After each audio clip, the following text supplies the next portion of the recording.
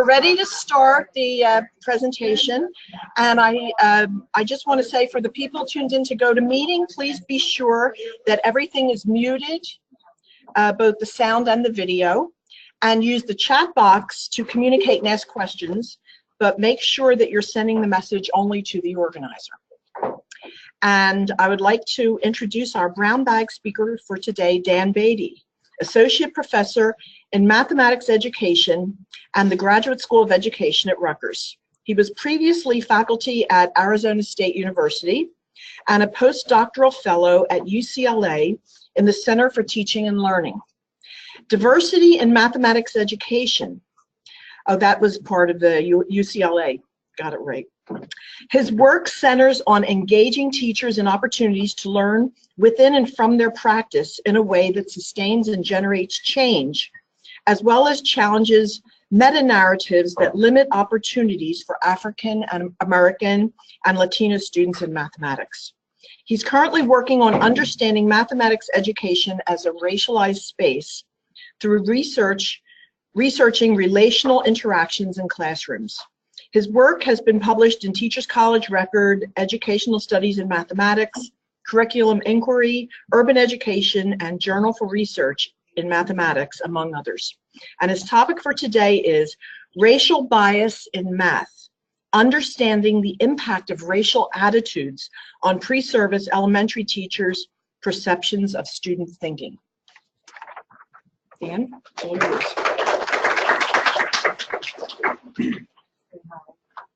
Hi. Okay. This is what? Oh, turn it on. Where do I turn it on? Just. Okay. Oh, shoot. Okay.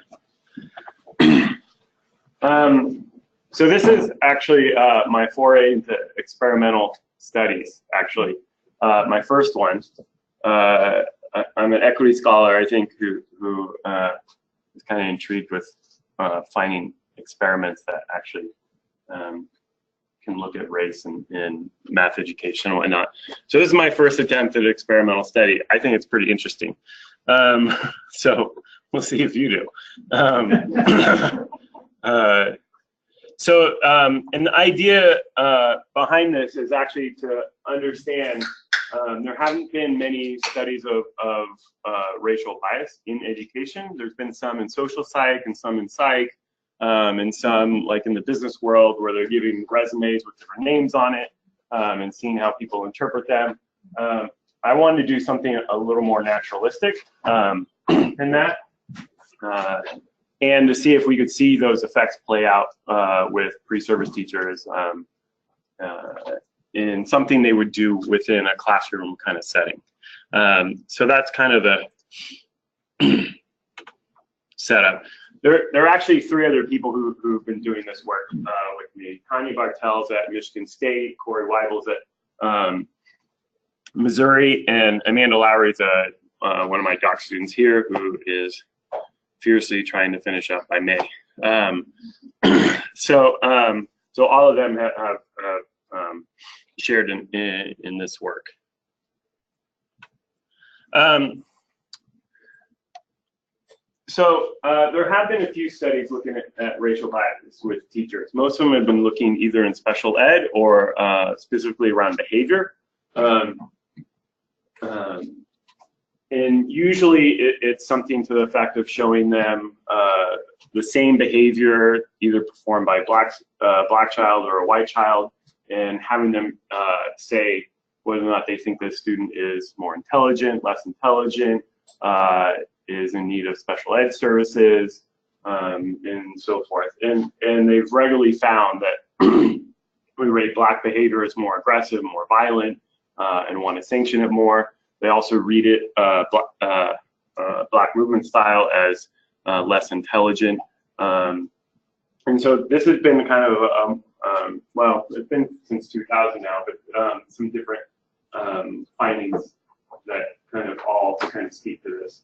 A recent study by Gersensen actually took a little different tack, and basically they actually had a white teacher and a black teacher for the same black child, assess that child's kind of prospects for college and career down the road. And they actually found that the black teachers had, however you kind of measure it, about 30% kind of higher expectations for the same black student than the white teacher. So it was kind of an interesting study in that it was actually real teachers of the same student and looking at their different expectations. And it was actually the worst in mathematics, the differential between the two teachers. So that was kind of another way to look at some of the possible racial bias.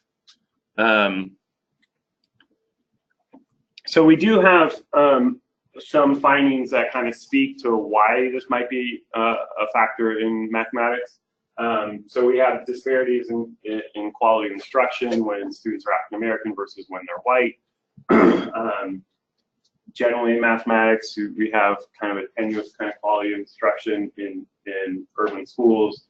But there's even been some studies in suburban schools saying the instruction isn't so great there, but you still see kind of differences in quality instruction. And then the question is, well, why is that instruction kind of different across those two contexts? And while we have some ideas about it, people haven't necessarily explored that in a lot of detail. There's been some who looked at teacher expectations, but in terms of mechanisms for why people are providing instruction differently, we don't have a ton of detail.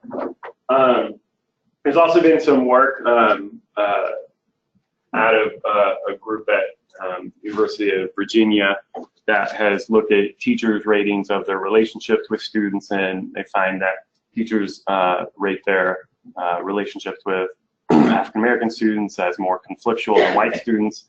And unfortunately, it's the conflict that actually predicts lower achievement, not the closeness. So if you rate on closeness, that actually didn't predict on achievement, but predicting conflict with students. So they actually predicted or viewed their relationship as more conflictual than the student did. And so those differences actually are part of what's predicting lower achievement. And then we have some case studies of students experiencing different microaggressions. Most of this is interview studies where students are talking about interactions with teachers and talking about specific teachers kind of telling students they don't believe in them or they shouldn't take any more math, they're just going to fail from then on. So that suggests there's something happening in at least some classrooms that are discouraging students that are sometimes explicitly telling them not take any more math.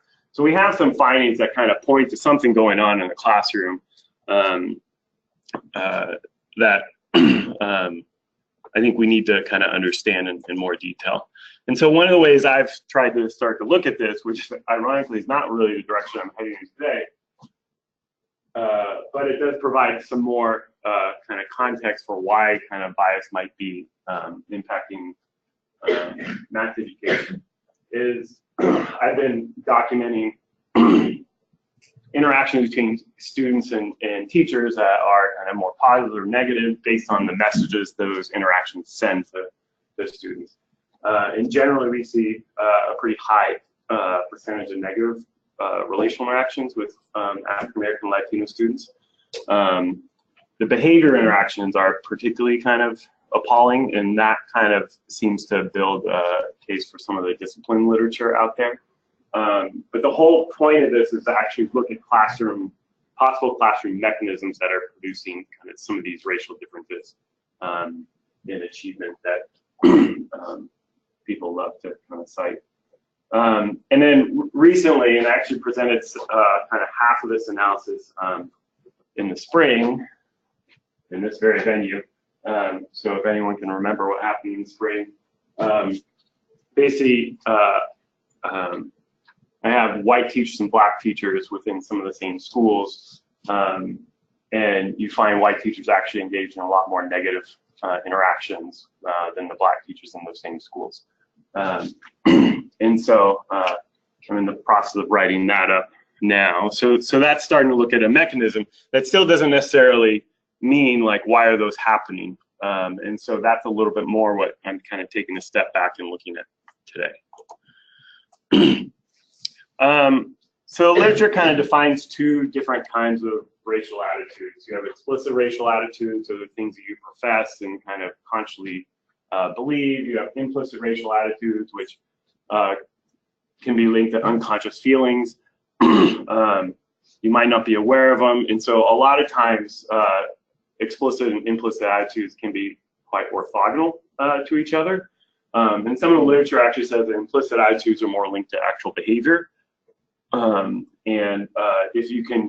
If a proxy can be kind of accessed, so you say, well, I'm not treating this student badly because they're black, I'm treating them this way because they're of low intelligence, or they're a low student, or they have family difficulties. So if you can actually reason that it's some other reason that other than race, it allows kind of implicit attitudes to sometimes guide behavior. So that's some of the kind of findings in theorizing in that implicit racial attitudes literature. Are those positioned as exclusive? What's that? Are those positioned as exclusive from each other? Or? They're defined pretty separately in the psych literature. I think it's probably more useful to think of them as a kind of continuum about how aware, how little, but they don't treat them that way. You could hold both, couldn't you? Yeah, oh yeah, you can certainly hold both. And I think they would say everyone kind of holds both. So everyone has explicit racial attitudes. Some might have explicitly biased racial attitudes and some not. But even if you don't have explicitly biased racial attitudes, you could have implicit bias. And so part of this too, there's been studies kind of looking over time about explicit racial attitudes, and those seem to go down over the last few decades. The argument is that they started to study this for the last 20 years, implicit racial attitudes haven't, or implicit racial bias haven't gone down for the last couple of decades. Yeah. So drawing on this racial attitudes work that's predominantly in psychology, I wanted to look at how racial attitudes impact how pre-service teachers view students' mathematical thinking.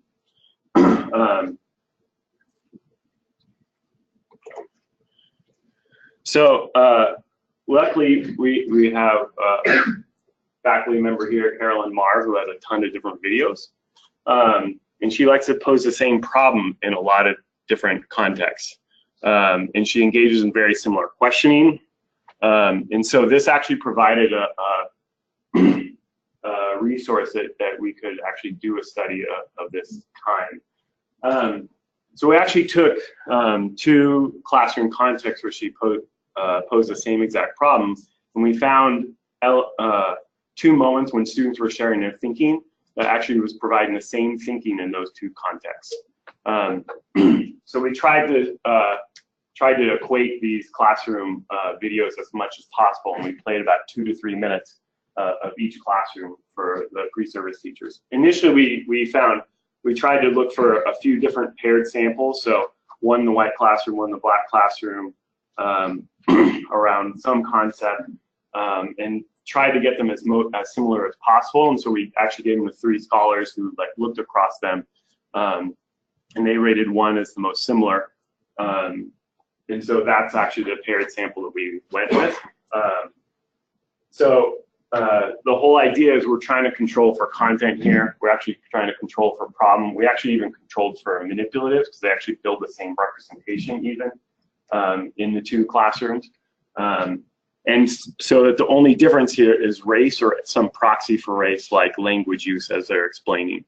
So that's kind of the whole crux of this study, to have these 2 videos say they're the same in terms of thinking, they're the same in terms of mathematics of the problem, they're the same in terms of the explanation provided, they're even the same in the representation they're using for those explanations.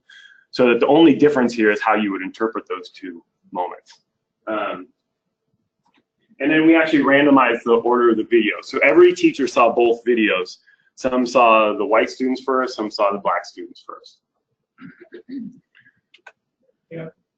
Yeah. I have some clarification questions. So you said the language was different, but the thinking was the same. Can you explain that about that? So you have some students, so what they actually say can be a little bit different. Some of the black students, I would say, shifted in some African-American vernacular and explained themselves. But in terms of the mathematics and what they were saying about the mathematics, I would say it was the same. How about the use of mathematical terminology? I would say that was pretty similar. I don't know if it's exactly the same. Yeah. So these are actually the two videos. You can actually see this, the setup between the manipulatives they use in the black classroom, the predominantly black classroom, and the one the predominantly white classroom. Both of them were using the overhead.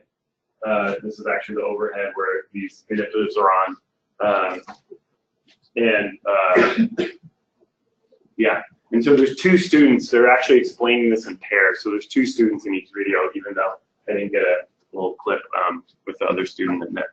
So these are actually pairs of students. They're even like positioned in the classroom, working in pairs, explaining their thinking on each one, and they come up and explain in pairs in this as well. So we had 99 pre-service teachers take this, and they're actually spread in different, all public state universities around the country. So 3 in the West, 2 in the South, 2 in the Midwest, and 2 in the Northeast. 94% of the participants were female, and about 80% of them were white. We asked them a few questions, kind of background questions about where they grew up and where they intended to teach. So some of them actually marked 2 different things, like maybe they grew up both suburban and rural, so that's why some of these numbers don't add up. And you notice only 9% of them grew up in what they would consider urban areas. 42% would be interested in teaching in urban areas. However, some of them marked everything. They're like, I'll teach wherever I get a job, essentially, which is honest. But that difference is kind of interesting to know. We also asked them a few background questions in terms of the math content courses. So these are mathematics courses, usually the ones that are actually designed for teachers. So it can be math for elementary teachers, it can be algebra for middle school teachers. So these are specific math courses that they take to prepare for teachers, as opposed to math methods courses, which is more what I teach, which is more instruction. How do you teach math for elementary kids? So it's more pedagogical. And you see actually the sample actually had what we consider like quite a few. 87% had taken at least 2 math content courses, which is pretty good. It means they're a little probably more advanced in programs, and these were not people who just came in the fall into a program. And a bunch of them had taken 2 math methods courses. They had at least 2 semesters of field experience, and then 77% were either in student teaching or had just completed it. So about 3/4 of them were fairly advanced in their program. All of them had completed at least 1 multicultural education class, and most were 2 or more. So it's something like 80% had taken 2 or more multicultural ed classes. So it is kind of important to think about the findings we have in terms of their preparation, how much preparation they had around any of these different topics. So maybe keep that in mind as we're looking through the results and thinking about other questions that maybe I haven't considered looking at yet, or ways of interpreting the data. So the survey had 12 background questions that talked a little bit about some of those already. Then there were actually 12 items looking at their math knowledge for teaching. So we wanted to have this in case some of their math knowledge was impacting how they read these videos. If you have more math knowledge, or you actually able to attend to the math thinking in the video more or less. I don't know why less would be an option, but probably more. We actually kind of threw this in, but it ended up being a little interesting. So we asked how much time they spent interacting with different communities. So African American communities, white communities, Latino communities, Asian communities. And it's just a 5-point Likert scale. It was kind of a last minute add, but it's kind of interesting. And then he viewed both videos, and they rated the students based on how they perceive the students' competence, the quality of their explanation, the abstraction that they engaged in. There was a reverse code around understanding. So they rated on, I don't think this student understands the concept. So that kind of was a reverse code. So they weren't just coding the same number across all these. And so we actually built that into a scale, kind of rating the students' kind of overall competence around this. There were also 2 open-ended items. I'm going to talk briefly about those, but not go into a lot of detail about it.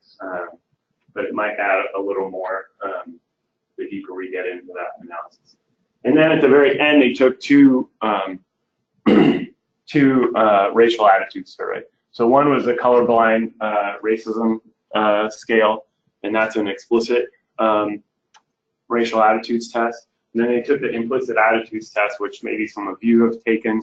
So they took the same one that you would have taken in terms of, and this is kind of a different sort of assessment where you see a white face, you see a black face, and you either have good or kind of bad terms to associate with it. And it measures the how quickly you associate bad terms with white versus good terms with white, bad terms with black versus good terms with black. And so the idea is you associate stereotypes with blacks much quicker than you would associate kind of good terms. And for whites, the opposite. You associate good terms faster with whites than bad terms and so forth. And so it actually measures that and then gives you a score for how quickly you associated the terms.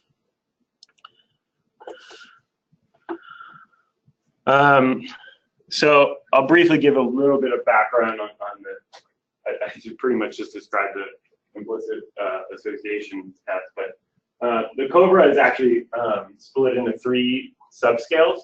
So one is racial privilege, so it's actually about your understanding of how whites are privileged in society and whether you kind of buy into that. Institutional discrimination is where you are, the different systems, and race as an institutional mechanism. Blatant racism isn't quite what it sounds like. It's actually whether or not you think race is an issue in society. So there's one question on there saying, sure, race has been a problem historically, but it's not now. And so it's more about, I would say, whether or not students kind of minimize the impact of race right now. But that's actually going to end up being important. And it's going to be awkward as I go through this presentation because I don't really want to say the most blatant racist pre-service teachers, but it's almost like I'm encouraged to because of that scale, but I don't think it's really measuring that. This measure has really pretty good reliability, and it's been looked at in comparison to some other measures of racial attitudes and has been used with teachers.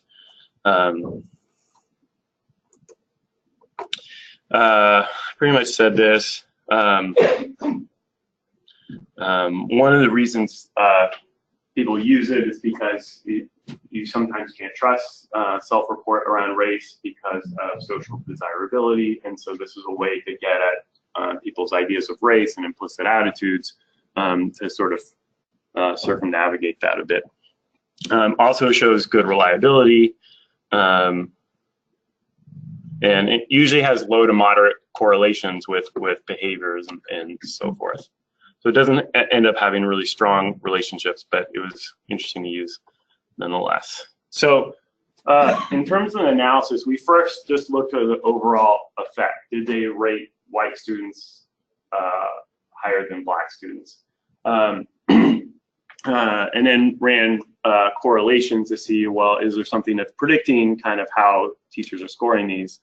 Then we actually broke it down by video order to see if there were any effects that were happening based on which video you saw first. And we kind of drilled down from there to look at, okay, a little spoiler alert, video order matters. And so we kind of drilled down to sort of understand what was happening in terms of the video order. And so we kind of progressively got a little bit deeper into that.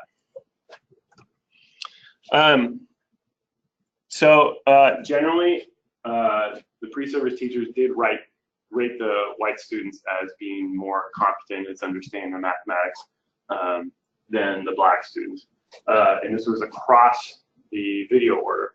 And so it's a pretty, on a 5-item scale, it was a 3-point difference, which is on average. So it's a pretty strong finding. The weird thing is when you run correlations to understand why they're rating the white kids higher, nothing significant. So it was a kind of weird, I've never actually done quantitative analysis where like nothing was significant when you have like a main effect. So that was kind of a big question, which is why we went into to look at video order in a little more detail. Initially I screwed up that analysis and now I fixed it. When you look at video order 1, so this is when they see the black students first and the white students second. The effect is actually still significant. It's a little bit lower than the overall, but it's still significant. And when you look at correlations, having more math knowledge for teaching actually predicts lower rating for the white students in relationship to the black students. So it seems like your math knowledge is moderating the effect of rating the white students higher. The blatant racism scale also, so the more, the higher you're scoring on a blatant racism scale, the higher you're rating the white students. The less time you spend in black communities, the higher you're rating white students. So all of these kind of fit in their decent sized correlations. When you run a regression, only the blatant racism scale and time in African American communities actually predicted the ratings, but it actually accounted for about 21% of the variance in scores. So that means taking into consideration kind of how pre-service teachers are not blatantly racist, but their racial attitudes and explicit attitudes around racism, as well as how much time. So we actually took the, oh, not yet. And remember that time in African American communities was only a 5-point Likert scale. So it seems like something really simple might actually be predicting something here. And it's also kind of interesting finding in that the more time students are, pre-service teachers are spending in African American communities, they actually have a tendency to rate the black students higher in relation to the white students. So it's a kind of interesting finding in that. Then you go to video order 2. So pre-service teachers in video order 2, when they see the white students first, rate the white students even higher than if they see the white students second. So it's about 4 points here. There are no significant correlations with this. So this seems to maybe be part of why we're not getting correlations overall on the across orders.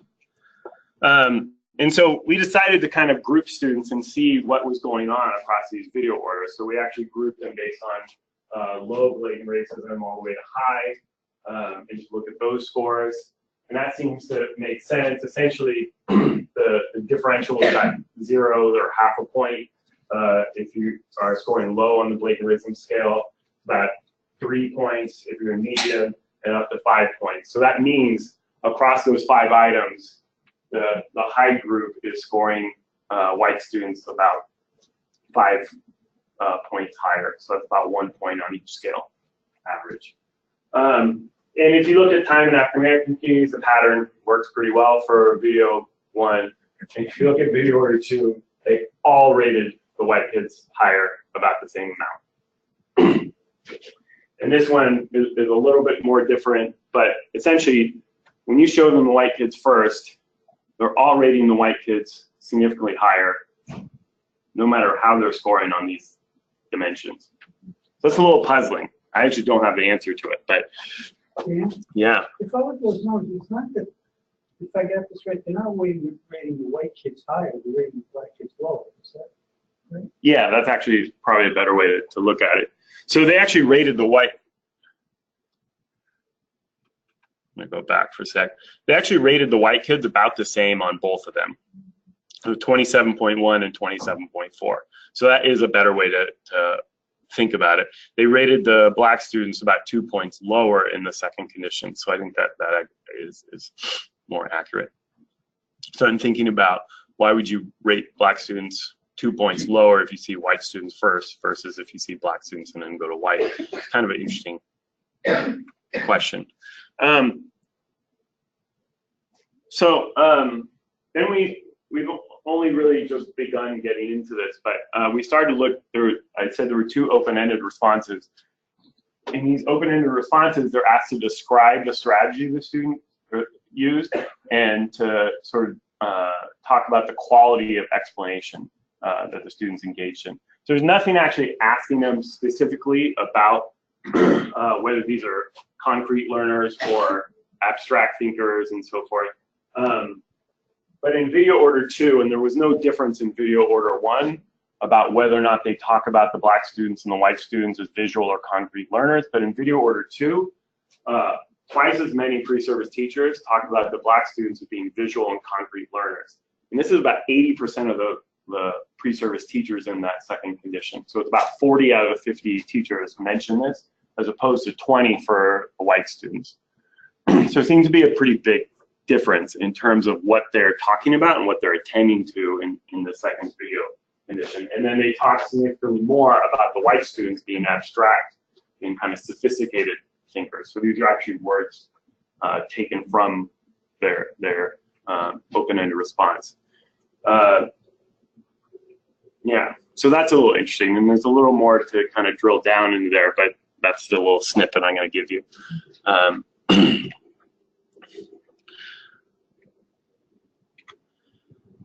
I'm going to come back to that because that's something I think is kind of an interesting piece to kind of talk about here and see if folks have different thoughts on it. So we have a main effect in terms of the pre-service teachers' rating of these 2 videos. It's robust across the video orders. However, explaining that effect across the video orders seems to be a little messy. And trying to understand that is kind of an interesting issue. And then for video order 1, we see the blatant racism scale and time and communities actually predicting whether students are going to rate the white students or black students higher in relation to each other. In video order 2, we don't see anything really predicting. It seems like everyone's kind of moved to rating the white students higher and trying to understand why that might be. So those open-ended responses might have some might kind of raise some possibilities. So it could be, since the pre-service teachers are talking about visual and concrete learners, that some stereotypes are kind of being primed or accessed as they watch the white students first, to sort of notice concrete African Americans as concrete learner, which kind of fits with some stereotypes about them being more kinesthetic and needing concrete tools to really think mathematically, which if you really take that out means they can't think abstractly. And so there's some possibilities there, but those are possibilities. We don't really have answers for those.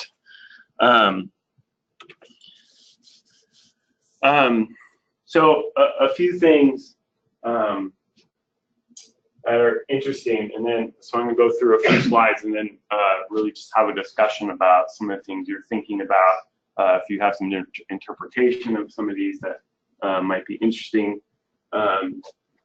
So implicit racial attitudes actually weren't significant. There was very little correlation with what we were looking at. I was a little surprised, and I actually thought we might find more there than explicit racial attitudes, but it ended up being explicit racial attitudes had more predictive power. And this is despite some people calling for more implicit racial attitude work, including myself. So, I did note that the implicit association test has kind of low to moderate effects, and maybe it was too low in this case. Some other reasons why. So we use the actual IET that most people take. It didn't have student pictures. So if we did student pictures and we actually had more educational terms, would that have changed it? It's possible. It could be the test itself and just the association. And so there are some other measures, but I haven't really gotten kind of deeper into them to understand would they possibly be better in this context to look at implicit attitudes. But it kind of raises the possibility that there might be a measurement issue, and I might need to think more carefully about how we're measuring this, or to contextualize the IET in something that's more related to the level of education that we're looking at, which is elementary here. And so you can change the test, you can change some of the words. So we could talk about, we could put pictures up around white children and black children and talk about aggressive and violent and access some of those kind of stereotypical things. And so that maybe if we were more careful around that, we would find some results, or maybe not.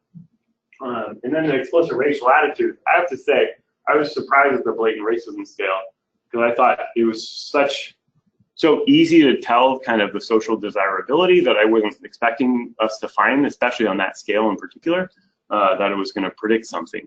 So it was kind of interesting to me.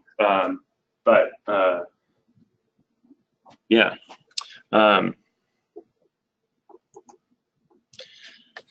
then the notion that time in Black communities was significant, given that it was just a 5-point scale, was kind of interesting. And I'm wondering if we can do more around this. That also has some implications for teacher ed programs, and not keeping pre-service teachers in classrooms, but actually pushing them out in the communities, supporting them, helping them interpret what they're seeing in the communities, and the potential impact that has. And that essentially, if we know something like this, which this is the first study we've done on it, I wouldn't necessarily say we know it, but it does kind of put out there that it would be our responsibility to actually engage them in the community and push them out in those communities more. I mentioned this notion of stereotypes around Black behavior, and that kind of was raised in those open-ended responses, especially that video order 2. And so what's at play there, and why are they mentioning this? I mean, the students had the same representations, the students had the same manipulatives, and so why are they attending, especially depending on video order, to that in one context and not in another? It's kind of something a little bit puzzling. And thinking about what video order has to tell us. So what does it mean that when you show white students, we respond differently first, and then Black students, we respond differently to Black students and then white students? One of the things that, and I didn't mention this when I showed the first slide around the literature review. Most of the studies that have been done looking at how teachers interpret like Black behavior or Black intelligence and white intelligence and those kind of comparisons randomly assign teachers to 1 or 2 groups, and they don't usually only show one video. So the order effect, it doesn't even happen in those cases because you didn't get the chance to see both videos. There is a preschool study that actually came out of Yale recently, where they actually play some video of Black and white preschoolers, and they ask they actually eye track teachers to see who they focus on and who they attend to and who they say is having behavioral problems. There are no behavioral problems in either video. So the idea is teachers are actually bringing that to the video. Now they randomize order in that too, but they actually don't talk about the order in terms of any of the effects. So I'm kind of curious about what might be happening there. That's the only one that I've known where all teachers saw all the videos and they randomized the order between that. But it kind of raises the question, what order might be predicting. And especially, so if we went back, let's say we didn't do the order. So this is a case where they saw the black students first, and they would have scored the black students about 25.1.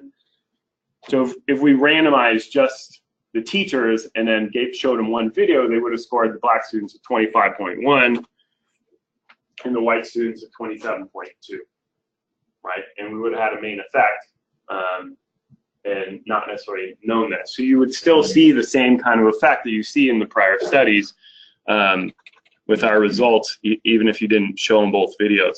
So it actually is something kind of curious to me and interesting, and then to think about like what might be happening as pre-service teachers look at these two videos when they see this order is not necessarily a simple kind of issue. And thinking about future work. So I'm really interested in sitting down with pre-service teachers and having them do think alouds as they watch these videos to hear how they're interacting and what they're noticing and documenting what they're noticing in these two contexts and how is that different and how they're picking up on different things. Again, you could mess with video order in those cases. I'm interested to see how in-service teachers respond to this. And so they have more experience in these classroom contexts and don't necessarily get distracted by some of the details in classrooms in some ways, I think that pre-service teachers often do. So how would they respond, and how might they respond differently or similarly? I talked about this already, but how should we be thinking about measuring implicit attitudes? Are there other ways, or the ways to do it better? Are implicit attitudes not related to this, right? But I think we could do a little better at measuring that before we want to say something like implicit racial attitudes aren't related to some of these things. And then thinking about, so we looked at how pre-service teachers interpreted student thinking in two classroom videos, but there's lots of other tasks that we could be looking at, both in math and outside of math, about how racial attitudes might be impacting teachers' different tasks. So something that's really common in math education is to look at student work and reasoning student work. So we could easily do some study around that. But thinking around different content and how we could kind of explore racial attitudes in those spaces. And then conclusions, and these are pretty tentative, but if time in communities actually does impact students' racial attitudes, we should be following students out, supporting them, making sure they have time in communities, not just in schools, in the community itself, and helping them interact with community leaders and really kind of moving outside the role. I think, too, that about 80% of the teachers have two or more multicultural ed classes. So they had a lot of the curriculum in teacher ed around some of the things that we'd want them to have when they take something like this to kind of limit kind of how racial attitudes would impact what they see in the classroom. Not all of them, but a good portion. And then thinking like within my space, within math methods, within training sort of pre-service teachers to teach math, there isn't a lot that we're doing. So there's this whole movement around social justice math and to use math to kind of look at different social issues in more critical ways and actually use math as a tool to look at society. But then there's this other piece that I don't necessarily think we're addressing, which is how are we making them aware of ways in which race might be implicitly or explicitly impacting what they're seeing in classrooms, and how can we help them kind of notice the impact of that, but also kind of moderate that effect within math methods classrooms. And to me, that is a piece of the math classroom that we need to kind of help pre-service teachers do that I don't think we're doing a very good job at. And then thinking about looking at racial attitudes much more broadly. There was a piece in Educational Researcher last year that kind of made a case for implicit racial attitudes. I cited it around the time when I said, you know, there's a couple people have called for more work, especially on implicit racial attitudes, but we didn't find anything in the study. I don't think that means we shouldn't look at it, but I think we have to find different ways to look at it and kind of bring some of those measures within the educational space and think about how we do that really well within our own space. I took the kind of easy way out and used a measure that was kind of validated and reliable in psychology and brought it in, and you know, I think we had limited success with that. So thinking about the different spaces in education and math education more broadly, where we can start to research this and take this kind of more seriously. So that's it.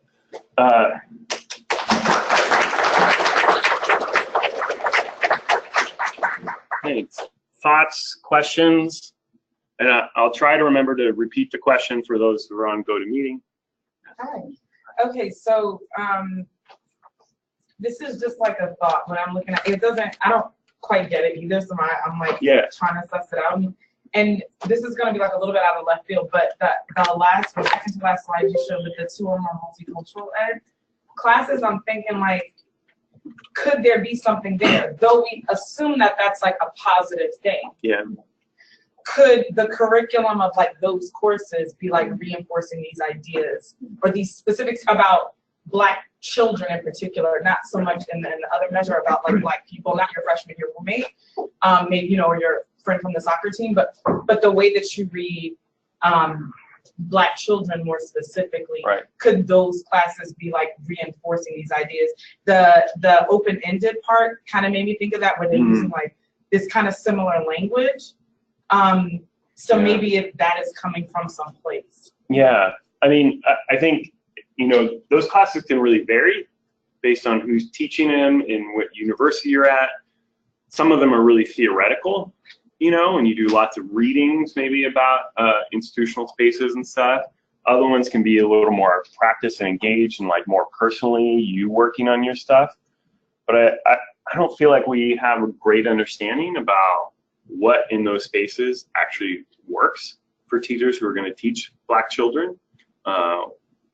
Which of those kind of approaches or what combination of those approaches really change kind of racial attitudes. And so it makes me kind of wonder if most of these students had these, what is going on, right? And what is working or could work. And I think there's a lot to be done. I mean, there's and people have been saying this. I mean, Gloria Ladson-Billings and Zeitner and all these people have been saying these things need to be infused across the program.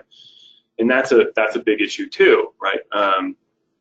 You know, so it shouldn't just happen in the multicultural ed course, but what are you getting in different methods courses, and how is that aligned or not aligned? So there's some of those issues. It's not just those courses, and I teach some of the multicultural ed courses here, and so you know, I think we know they vary with how connected they're not. So I think it's also a larger program issue, but it is interesting. Yeah, and I don't think we know like what the effects of some of those courses are. Yeah. Yes, already. Coming in a question. What I'm really curious, I've seen this before, certain role business is coming up. Yeah. I'm really curious. I can't imagine that there's a person in the building that teaches that, but it keeps coming up. I see it a lot too. It's problematic in general, but it's even more problematic when you apply it in the context that you're shown. The comment that I had in thinking about why is it that when they see Black children first, they think them higher than when they see them second. I'm wondering if you rate assignments for courses and the first student you see, you rate, usually you're not really sure what to expect, you rate it.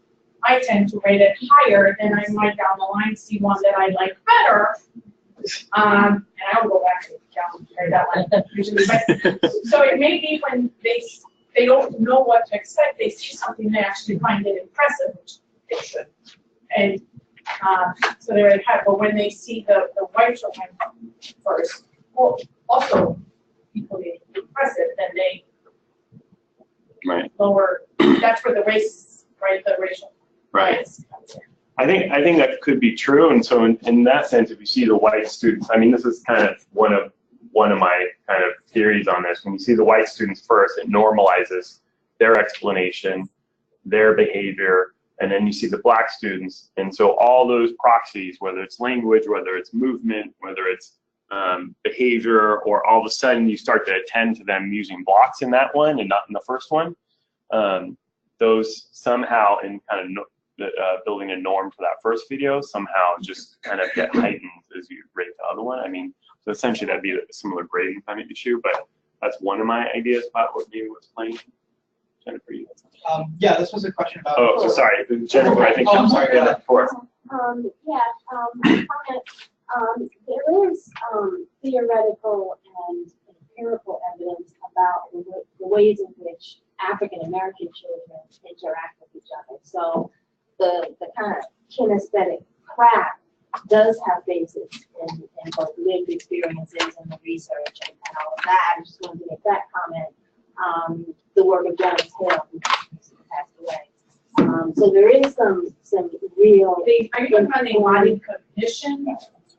So embodied cognition, which is part B, I think what you're getting at, absolutely. But the division of students into your X and your Y and your Z is what I'm arguing is problematic.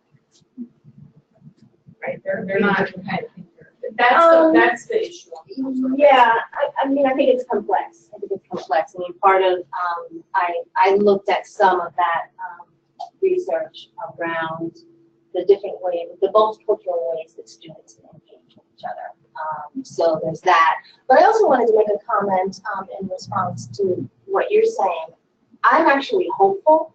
I've taught both math content and math methods courses in a clinical setting, pre-service teaching. And I'm very hopeful because my approach and the approach of the entire program with which I was teaching in was, and I even pushed it further, I embedded every math content session and every math methods course session within the context of race. It was a program preparing teachers for urban schools specifically. And so, and Danny Martin was on my committee. The one thing I took away from him was you got to keep it real. And so using research and writings of Lex and Billings and Danny Martin and all of those, and looking at what's happening and pushing pre-service teachers, young people, or not young people, but people of color and white aspiring teachers. What is it? First of all, who are you and who are the students who you're going to be working with? And there's room to push them. Some of them have never been pushed. Right. Never even considered what the differences might be when you're working with children in the classroom, particularly around math. And I found that slide where you talked about what the white pre-service teachers were valuing as they watched the videos. They valued the abstract, abstract or sophisticated. They rated it that way. Yeah. Whereas they're looking at the black students' explanations and calling it or characterizing it as visual and or concrete. I see some interesting, conflicts there. The sense that abstract or more sophisticated math thinking and explanation goes to what Danny Martin pushes is what math is valued, right? But that's in direct conflict to what mathematics education and NCTN, we talk about, having students develop the ability to reason and pushing them to use concrete models, visual models. So on the one hand, we're pushing that. I would argue that we're trying to push that to be just as valuable as the more abstract and sophisticated math that, but it's even interesting. Students doing. They're doing the same thing, right, in these contexts. So they're really as concrete as each other, just as sophisticated, but we're noticing the sophistication with white students and the concreteness. I found that really interesting. Right? Yeah, so it's interesting. I mean, the other thing is, maybe this would have been worse without those multicultural education courses, right? Or a math methods course focused on equity. I mean, that's another take on it. So maybe there is effect when we're just trying to have more effect. We don't know, right? Yeah. So I think, yeah. Yeah, so I'm assuming the way the survey was done, they watched one video, evaluated it, then watched the other one. Yes. So going back to sort of that idea of expectation, Yeah. I wonder if they watched both videos and then rated them, if this order effect would disappear. That'd be interesting. Yeah, so we could test that, right? And it would be interesting to see what happened in that case. We'll go to Brandon. Related to that, what order do the students take the other measurements or instruments? So they take all the racial attitudes after they look at the videos. So, and they're locked out of going back to the videos when they're taking those. That's pretty important. Yeah, I didn't say that.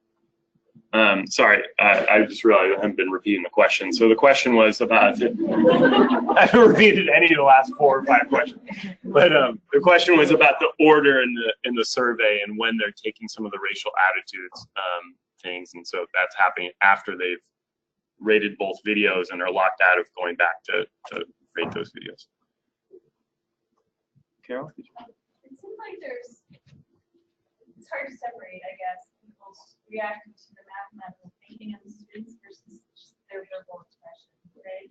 And maybe that time the African American community may interpret it as like, well, you're just interpreting this language that maybe is unfamiliar to you. It's more familiar, and you're not kind of reacting to the style of expression versus the content. Right? Mm-hmm. Like, I'm just wondering if there would be some way to construct an experiment where maybe you didn't have comparably competent explanations, but in fact kind of rigged them to be mathematically less sound, but maybe sounding more white. Yeah. You know, and just see like how people. I will say that both explanations were correct, right, and were valid kind of thinking and reasoning. They're reasoning about, I didn't say this, there was a little bit on the slide, but it was all about equivalence. So they reason, they have, yeah, with the Cuisinart rods. I should have actually described this a little more. So the reasoning about the size of the red piece and the number name of the red piece and the size of the white piece and the number name. So the reason like is 1/5 the same as 2/10, and so that's kind of, it's all about equivalence. So it's important. And so both student groups' reasoning was valid in reasoning. However, some of the pre-service teachers said it was incorrect and misguided at times. And so there were times when they, and I expected this because we're in fractions and pre-service teachers are in fractions, sometimes struggle. But with all that mathematics content, you would hope they'd be able to reason through this. But there were times when they actually interpreted or got a little confused. And we didn't give them a lot of context. We gave them a little bit of background just before the video, but we didn't want to, we gave them the same background for each class. And so we didn't want that to kind of so maybe if they will be on the actual content, and then they're just more influenced by the sound of the voice and explanation. Could be. So if we put this in an early number context where they're reasoning about the value of 5, you know, you wouldn't find, I don't think, content issues, you know, in pre-service teachers a lot. So I do think that this kind of opened up a little bit more interpretation and misinterpretation, and so it would be interesting with different content, one where you really felt comfortable the pre-service teachers understood and wouldn't get kind of thrown off by explanations, how much of this effect. And I guess it would be a little less, but it would be interesting. Kristen? So you're maybe considering doing like interviews, right? Like have a good live. Yeah. One thing I'd be really curious about is to ask them, like before they watch the videos, what their idea of an ideal response would be. Like, just to see if there's anything in place already where they're like, when I see a mathematical argument, I want it to not impact diagrams. Like they're already having attitudes about that. And then you can sort of get into like whether or not those attitudes are racialized. But yeah. I would just be curious if they have, if they're pre-service teachers, yeah. like what the standard is coming in already. Yeah. Experiencing different modes. The sort of ideas in the interviews to have pre-service teachers state kind of what their ideal explanation would be, and then to sort of look at it, because you could then see, are they overvaluing certain ways of thinking over others? It is interesting. I mean, so I said we learned 9 universities, and essentially these were people we knew at different universities around the country, and asked them to sort of send the survey out. I mean, generally these are pretty good math educators, like in terms of understanding kind of development of student thinking, and in most of them equity oriented and stuff. And so it doesn't mean they necessarily taught those students. I don't teach every student who comes to this building in elementary math, but yeah, it would be interesting to see if you could see it just in their ideal explanation, if they're overvaluing some things too. Yeah. You mentioned in the videos that there was they're essentially very similar, but there was some distinction in perhaps the language that the students were using their explanation. Was there any difference in the ways in which they displayed confidence? Does that make sense? In terms of like maybe stance or just how they, I'm just wondering if that could somehow impact, you know, for me, I know sometimes the students seem really confident. I have to take a moment to really figure out if I feel like I know what they're talking about, because they seem like they do. And so I wonder if that could impact the ratings just in how they present themselves. I almost put a photo of this boy, like after he gives his explanation, he kind of makes a face, like, yeah, like, and then the teacher says, in both videos, like, okay, what do people think? Are you convinced? And he's like, it's right, I know it's right. He like said that, and I think he repeats himself, and so there is, like, I would say there's lots of signs of kind of confidence, like, that's right. Like, you all can learn it, but I've learned it and I'm done. And so if anything, there's some stance and some confidence, I would say, displayed a little more there. So yeah, so that is kind of interesting in and of itself. And then, you know, are people reacting to that? I mean, we could figure that out in an interview and kind of say, well, what do you think about that moment, right? I think it's like, I think it's great. You actually see him having confidence in his mathematical ability and being like, yep, that's it. Just explained it. Hope you understand it. Like, I'm done. But you know, you could be reading some of those kind of cues as like, oh, he's overconfident. I mean, I don't know how people are reading those really. Yeah. So I think that's the piece that some qualitative kind of interviews could kind of possibly get at, that would add some kind of layer of depth and explanation to some of the things that you do, some quantitative work. I think you said 9% of your participants grew up in urban environments. Is that true? Yeah. And then you said that time spent in African American communities affects the racial attitudes. Do you know if that 9% is representative of teachers who actually teach, in-service teachers in urban environments? I don't actually. That's an interesting question. And I gave a talk kind of earlier about some of this as I was kind of sifting through the work. One suggestion was to do the analysis by racial makeup of the population. So we're talking 99 students. So when we say 4% African Americans, we're talking 4 African Americans, right? So you can't really learn a whole lot about that. So we couldn't necessarily do analysis of that. But I don't know how representative that is of the teaching population. Like, but that's interesting to think about. Yeah, it would be really interesting to start to break this analysis up in different ways, but at some point you've broken it up into having 3 like Gen X students. Ashley? So I'm curious, I know you can't really interpret the response of African American teachers, but also for teachers, were the responses more or less consistent across the board in rating? I actually haven't even looked at it. We could look at it, but I just feel like with 4 teachers, I don't know what. I don't know what those. I mean, those could be. You know, we might have assumptions about for African American teachers, but if they're in the South, they could be in the rural area, or they could be middle class suburban, or and so it starts to break down in terms of who you're looking at some point. There's enough white teachers we could look at. White teachers who are in urban areas. There's only basically 9 who grew up in urban areas, and I don't know if those are white teachers or otherwise. So it just starts to break down in terms of we don't really have numbers to, I would say, like, validly look at some of those issues in the data. So then I worry if I start to look at it, it could be raising conclusions that we don't really want to interpret necessarily. But yeah. Oh. Yeah, I mean, I could look at averages and just see.